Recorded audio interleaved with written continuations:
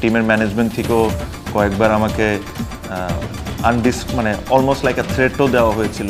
আমার ফেরাটা will be very difficult. বললেই কি আর সব শেষ করা যায়? সব কি শেষ হয়? মানুষটা যখন তামিম ইকবাল, তখন না চাইতেও যে অনেক কথা বলতেই হয়। তামিম মানা করেছেন কেন এই প্রশ্নটা না করতে, কিন্তু সমর্থকদের মন কি তাতে সায় দেবে? তাই তো খুঁজতে হবে পেছনের গল্পটা। একটা সময় ছিল যখন বাংলাদেশের ক্রিকেট মানেই ছিল ৫ জন মানুষের গল্প।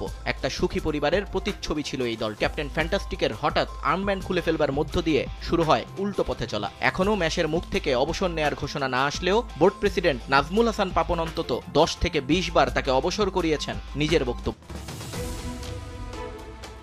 এরপর নাটকটা মঞ্চস্থ হয় মাহমুদুল্লাহ রিয়াদকে নিয়ে। টেস্ট থেকে সরে দাঁড়িয়ে সতীর্থদের গার্ড অব অনার পেয়েছিলেন সাইলেন্ট কিলার, কিন্তু বোর্ড প্রেসিডেন্টের রোশানল থেকে মুক্তি পাননি তিনিও। গণমাধ্যমে রিয়াদকে নিয়েও বিষোদ্গার করতে ছাড়েননি পাপন। মুশফিক অবশ্য কোনো সুযোগ দেয়নি বোর্ডকে। নানা সময়ে পারফরমেন্স নিয়ে বোর্ড প্রধান এবং পরিচালকদের কটু কথা মানতে না পেরে ফেসবুকে স্ট্যাটাস দিয়েই সরে যান পকেট ডায়নামো।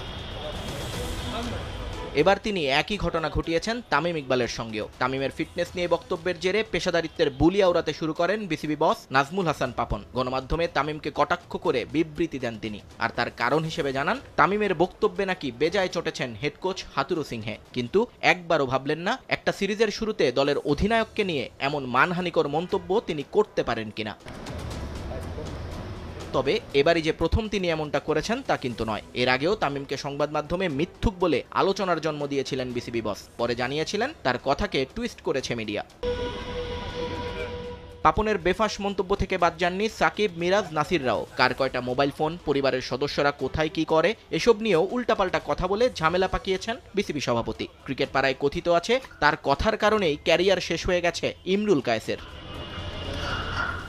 এখন বিশ্বকাপের আগে ওয়ানডে অধিনায়কের এই অকাল অবসরের কারণে যদি দল ক্ষতিগ্রস্ত হয়, তাহলে এর দায় কি এড়াতে পারবে নাজমুল হাসান পাপন এবং তার পরিচালকরা?